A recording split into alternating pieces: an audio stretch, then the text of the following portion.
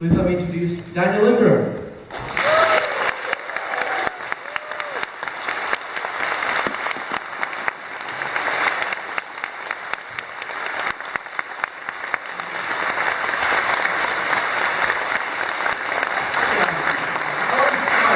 You guys can do me a huge favor. I have one of my guys back home in Vancouver is he's been doing a ton of work on the next Quest for Girls movie, doing all the production and also a lot of the arranging on season 5. And he's getting married, or he got married today. And so what I want to do is send him a little video, because I couldn't be there because I'm here. Sort of saying sorry I couldn't be there, but I've got some friends and we all want to wish you congratulations. Can you guys help me do that? Yes. So I think what I'm going to do is I'm just going to say a little something, and then you guys say, like, I'll go 1, 2, 3, and then you say, congratulations, Caleb and Whitney. You have a question?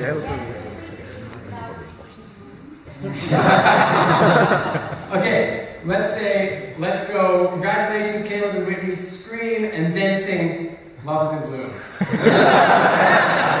maybe only just a bar or two, so we'll see how far we get. Okay. How does it go? How does it start again?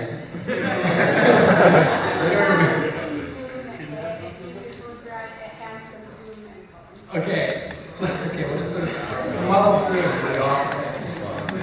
Alright, so I'm going to start shooting now. There we go.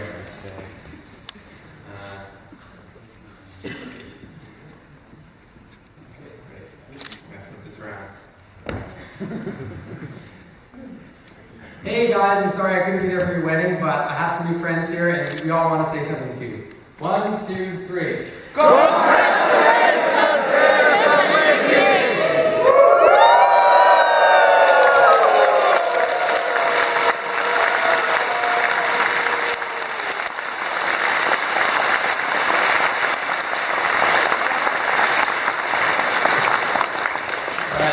It's 1 in the morning in Vancouver. I'm going to send them this right now. Because they might catch it because they're still celebrating their wedding, right?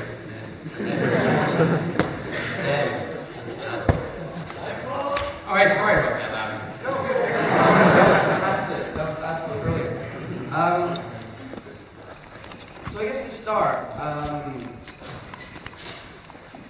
let's get singing Love is in Bloom. When talking about songs we compose songs for television, for shows, what are some key differences between doing that and writing a song just to exist by itself? Is there anything you could say is a key difference to that? Yeah, well, it's definitely, I think, quite a different process. I mean, for a long time before I was doing television, and I was in university, they tell you, okay, just write something. And it's quite challenging to actually come up with inspiration out of thin air, I find. Well, whereas when you work with a television show, or film, or any kind of other medium, you're sort of given a framework in which to write. So on a show like Pony, like say we know what character's going to sing it, and we know about what that character's personality is, and then I know what the context of the story. I know it's got to get us from A to B. And I find a lot of those parameters that really, I guess some would say maybe restrict the process, but actually define the process, make it a lot easier to write a song. I find it quite intimidating to start from a blank slate as opposed to, a script and a mission. You got a beginning, middle, and an end, so you know where you're going. Yeah, you know what that role is. I mean, really, when you work in television, it's a very collaborative function. So, I mean, I just think back to the very first song I wrote with Lauren, who did the lyrics to Pinkie Pie's Laughter song. And she had like these ideas, like she had this band she really liked, and they had like mandolin and little synths, like 8-bit synths, and she's like, I really like this sound, and I've got these lyrics, and it's this really happy pony who's like, loves to party. And, I'm able to take those elements, and suddenly the end result becomes a lot more clear than trying to create something from nothing, which is pretty challenging. As you said there, you kind of wrote it alongside with Lauren Price. When you're writing songs, Does that happen kind of concurrent to the episodes being written so you can tie it in with the story? Yeah, definitely. I mean, the creative process when it comes to creating a show starts with very first stage is what's called a treatment. And so they start by saying, okay, what's this episode going to be about? Like, what's the arc of the episode? And the writer, maybe it'll be Megan, will sort of just come up with like a one-page summary of what that episode is. And then they're looking at, say, is there a place that a song might fit? And then the next step after that is the script gets written. And then within that, they'll either have written some lyrics out or they'll just say song here and then about this. And then the song, I start writing the song then quite early in the process. So before we've recorded the voice actors, before we've animated the chorus. And then that way we can time it out and sort of see how it fits. And of course I'll read the whole script. I'll have a pretty good idea of, like one of the first questions I always ask is like, hey, how long is this song supposed to be? And they're like, a minute. And then it ends up being 4 minutes. And then we have a bar wrestle.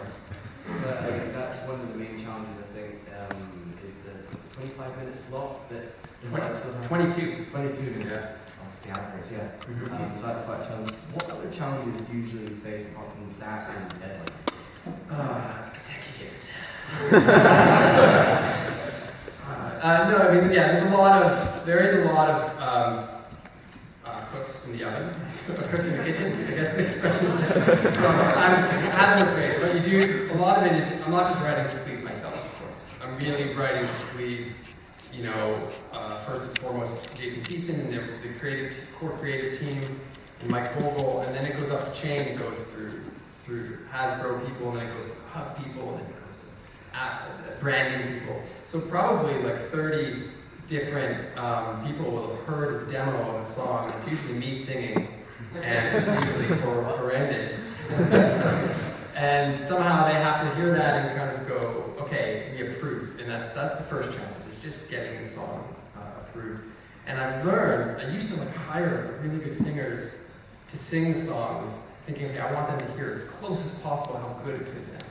But then I realized if I sing it and it sounds kind of bad, it gives me room to say, oh, it'll be way better. So that's what I do now.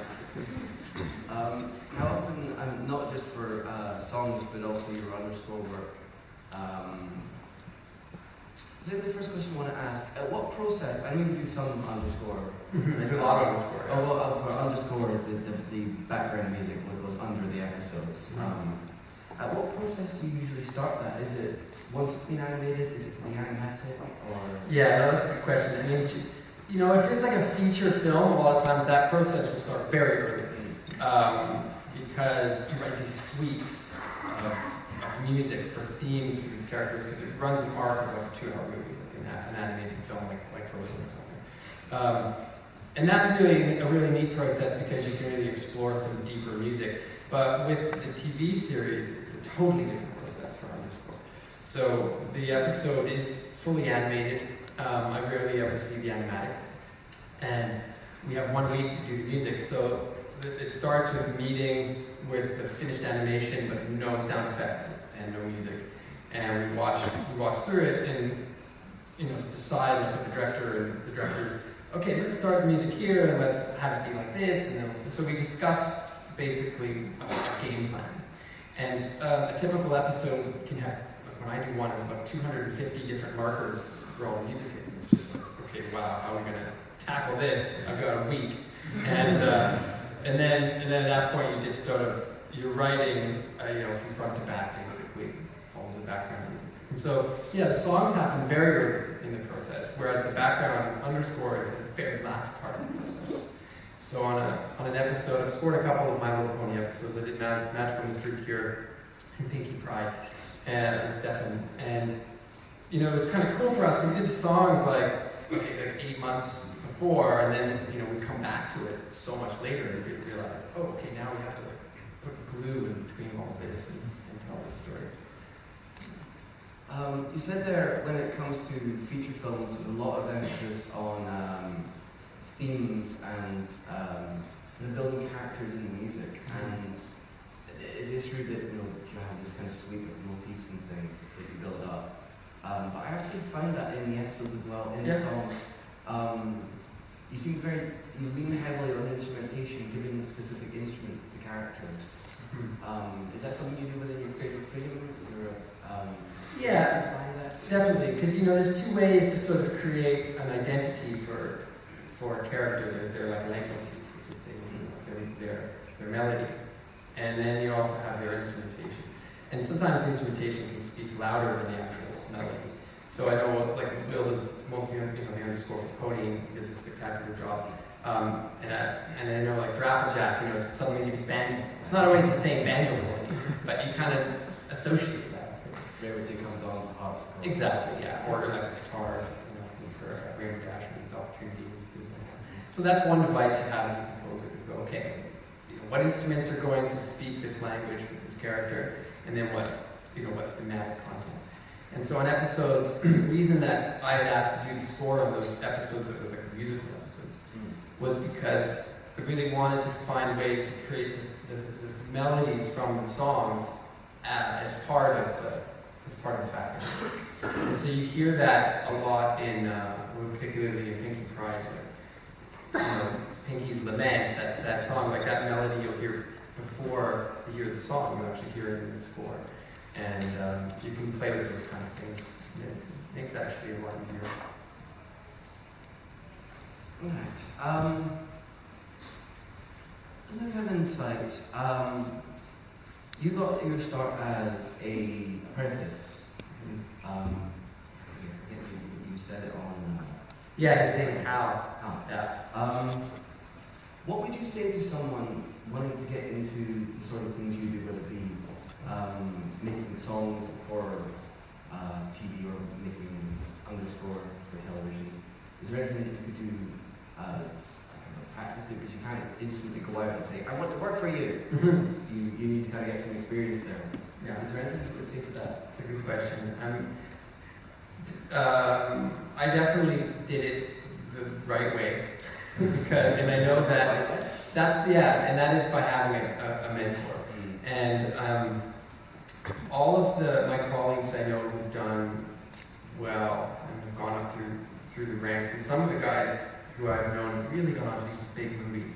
And they were just apprenticing too, right out of school. And so I'd say that's the way to do it. You want to teach yourself as much as you can. You want to write as much. It's actually with music is funny. Like music, you don't want to just know about music. You kind of have to know about life. You need to know about art. You need to know about literature and dance and film, because all of these mediums will involve music in some way or another in your career. So maybe with literature and poetry, one day you find yourself writing lyrics and you really draw on that. Or with film, you find yourself writing film music. Or similarly with theater and whatnot. So you kind of have to educate yourself in all these things. And so I think it's not just about concentrating on the music. And then of course, these days you've got a lot of technology. So there's all of the exploration of all the different apps and all the different tech that you need to know. And then you also have to know music. So it's like almost the most impossible thing in the world, because you have to know pretty much like everything about everything, it feels like. And I find that on one hand very overwhelming, but on the other hand very exciting, because life with music is just an endless ocean of knowledge. You're never going to tap it. You're never going to learn everything possible. But you just do your best to constantly feeding yourself more information. Yeah, and then you go and it's really great to find somebody in your industry who is working at a high level, and just I went in and I just had I'll work for free. I'll sweep the floors. I don't care. I just want to be here. And he was nice enough to give me like that basic wage. It was low, but it didn't really matter. And then as I was working there for the first 2 years, and Hal did hundreds of cartoons. He's an incredible guy in there who is like really well known where I'm from. And I was just like, oh, there's so much I didn't know. And there's just things you just can't learn in university. So that's really the final stage. Once you learn all about it, you experience as much life as you can, you experience as much music as you can, and then you study with someone who you can really learn from. And then if you're lucky, you also try to make a lot of friends. If your friends want to help you out, actually. So about genres a little writing your songs, genres could be extremely diverse and split between genres in the middle of the song. Yeah. Is that often your creative flow, or do you get asked to go into specific genres in the spotting sessions? You know, it's interesting. Like a show like Pony is very a particular thing versus like something like Littlest Pet Shop, which a show like Littlest Pet Shop, there's just like every song, let's make it a different genre, and everything. Let's just have fun with spoofing every genre we can think of. Pony started out like that. So when they did, I guess we did the Cutie Mark Crusader song, just let's do a really bad 80s song, and that's what they were gonna do. Like every cartoon does that. Like Family Guy is especially notorious for that kind of thing. Let's find some funny that we already know and just like have fun with that stuff. But then with Pony, it really quickly evolved. It was like, you know what? Let's stop spoofing stuff and let's see if we can create a unique thing. And that created a different challenge because I think the songs in My Little Pony are pretty distinctive. You know, not beyond just the fact that the voice actors have very distinct voices, but you know, we oftentimes just the style I employ is pretty consistent throughout the whole series. So then the challenge becomes less about tackling a genre as much as like taking this genre that we created and not just repeating ourselves all the time. So how to like push that boundary. And on a show that's going like over 100 episodes and you know, fingers crossed we'll go 200 or 300 episodes. It could happen. You know, that becomes increasingly challenging, how to find a way to take something that fits and yet make it new at the same time.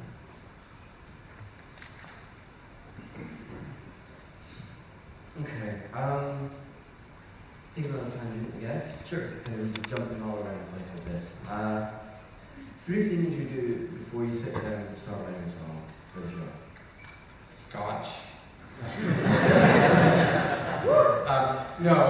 Let's see. It's funny. What is the process? I really like to spend a lot of time. Like I believe in this sort of subconscious percolation of ideas, meaning I procrastinate. And so yeah, like I get the script and we have a discussion about what it's going to be, and then I just sort of avoid it for as long as possible. There's always so much going on in a day, like around the studio. It's so crazy because we do a lot of shows, and then it tends to be finally like 4 days have gone by, 5 days, and the song is always due within a week of our official meeting, just like an episode. And then one day I'll start to dread it. Like it's weird. Like as time goes on, like as days start to tick away and I haven't started, the fear of not starting and the unknown is actually much worse than the writing process. So then I start to get like really tense and I can feel like I'm stressed out and maybe like losing my temper or something. And then I finally like sit down and start writing and it comes out right away and it's usually really quick and I feel so much better. Like, why did I do that 4 days ago? But I think there's something to that process. You're just sort of thinking about it. And then once I've written the initial idea, that process is quite solitary. That part I do alone. The rest of the process is pretty collaborative.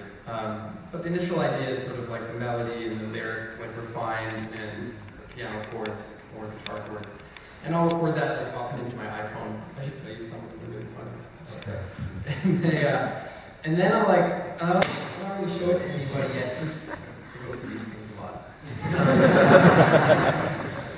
I'll not really play for anyone. I'll just sort of like know that if I just can't get it out of my head, like in the shower, and I keep hearing it, then that's probably gonna stick. Like even today, like I've been here this weekend. I'm working on like season 5, and these guys were nice enough to put a piano in my hotel room, and yeah, all day I have this song stuck in my head. So the next year, when season 5 comes out, I'll have to tweet about which one I wrote here while I was here this weekend. Yeah, so I guess that's how it starts. It starts with waiting a while, and then it usually comes out in a day, and then I spend a day just sort of reflecting and tweaking it. It's kind of fun to go back and you've already got something there and just sort of change a few chords or change a few melodies. And I might rewrite the chorus or something. And then I go in and I present it to my team and I say, okay guys, what do you think? And they're usually pretty brutally honest with me. They'll say, you know, that part seems kind of weak, or that's I really like that. And then I'll sort of like, take that, refine it, and then at that point we send it off, and it's now we're off to the races. And you see, once you've got that initial kind of sketch of the song done, it sits kind of extremely well until everything's finished for months and months and months. Do you find yourself forgetting about it and then coming back to it to finish the production of it? Well, no, the production happens pretty quick. So as soon as we send the piano demo off, so this stuff, every single song has been done as like a piano sketch. And then once that is approved, and they fortunately on this show they've approved like 99.9% of those, which is great. Then I immediately go into production mode because it's fresh. And I have a team of people that I do that with because if I were to do it at write one song a month, I just wouldn't be able to keep up. So I have, Stefan was doing the first 4 seasons, and David Corman, got some different guys this season because they were getting busy. And so we have a team of maybe like 4 people who then tackle the production, and then I work with them pretty closely on that, say what I want, this is what I'm looking to get, and then we record all the guitars and the drums and the orchestra stuff, which we do with MIDI. And then that gets sent off a week later. So the production only takes a few days, actually. And then they hear it, and then hopefully they approve it, and then we go record it, usually a month after that, and then it sits on the shelf. And it's only like 9 months later that we go to final mix, and that's when I'll hear it 9 months later, like, oh, I wish I had done that differently.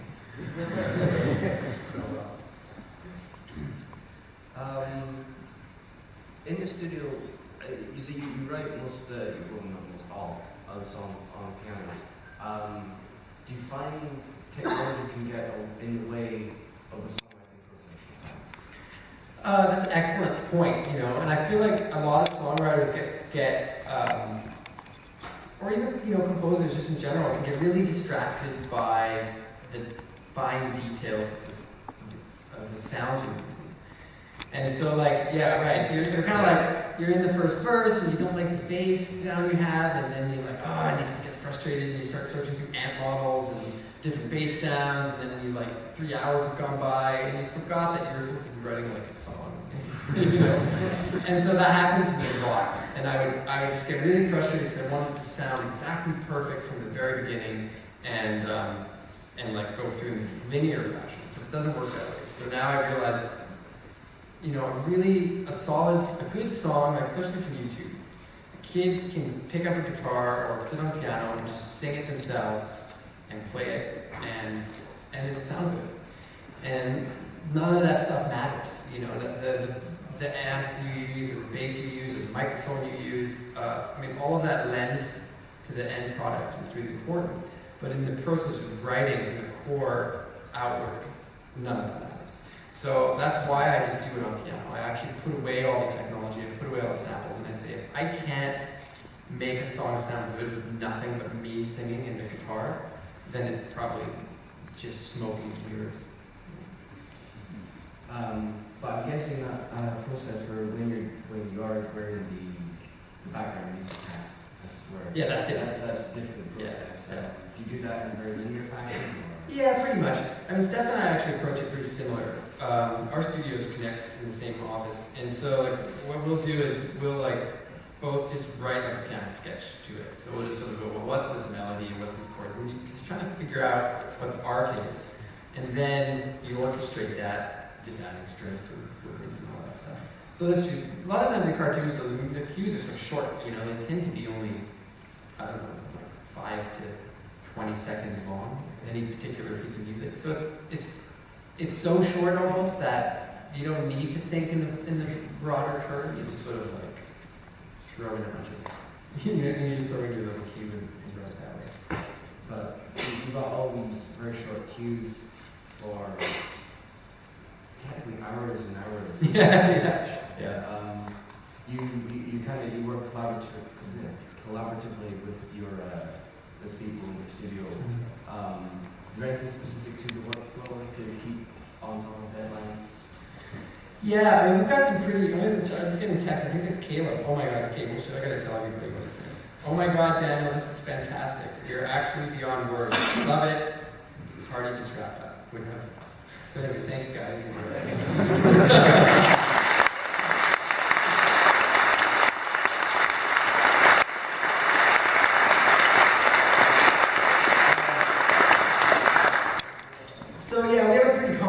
process actually, which I don't know if I want to get into because it's quite technical and quite boring, but yeah, I mean, all of those, once we plan the underscore, we create these 250 markers, that gets put into a Google Doc, and that Google Doc then gets assigned to all the people working on it at the time. So for example, I have a full-time editor for every show I do. I know Will does too. And their job is to take the music they've already written for the show and just like slug in as much as they can, just to see something. It's really hard to watch something with just no music. And so we can watch it with some piece of music that their job is to make it pretty close. And we can go, okay, well, this is good. Now I'm going to tweak it this way, or this is what it really needs. And so we'll watch through that and then just assign, okay, like Steph, you do those ones, I'll do these ones. And then we have like a plan, and we have something that's already in there that's like temp. And then you're just like replacing the temp with something a little bit more refined. And then that gets given all back to the editor, all of our cues, and then he puts them all in the picture using Pro Tools. And then mixes it out, and then our clients give us notes and say like, okay, can you make this bigger or funnier or whatever. And then, and when you do like 26 episodes, or in the case of like Pet Shop, it was 52 episodes in 1 year, so it's 52 weeks nonstop. It just becomes like a daily job. You go in at 9 and you write music for the afternoon, and then you work on a song for a bit, and then you write some more music, and then you go home and you forget about it. It's quite surreal actually. But it's like a 9 to 5. I got into music to not have a 9 to 5 job. Now I have a 9 to 5 job. I remember. Well, sometimes it can be 5 to 9. Yeah. It depends. Have you only ever wrote music for animation, or have you ever done films material before? I started in live action. I was doing like what we call MOWs, movies of the week, and they're just like cheesy television movies. And then I did a series for like our music station called Much Music, and MTV. And I was doing live action, but when I was a kid, like I loved cartoons, and that was my thing. I just absolutely loved cartoons. I loved animation, and I used to sell these like I was like known as the guy who could draw in my elementary school, and so I would do caricatures of everybody, and I would sell them for $1. It was my like little business I had going. So everyone got mad at me because the characters were in some case not very flattering. And but so I wanted to be an animator when I was a kid, and my parents sort of said, well they were actually pretty supportive. They just said, do what you want, but I ended up, it turned out I really wasn't that good an artist. So when I got into writing music for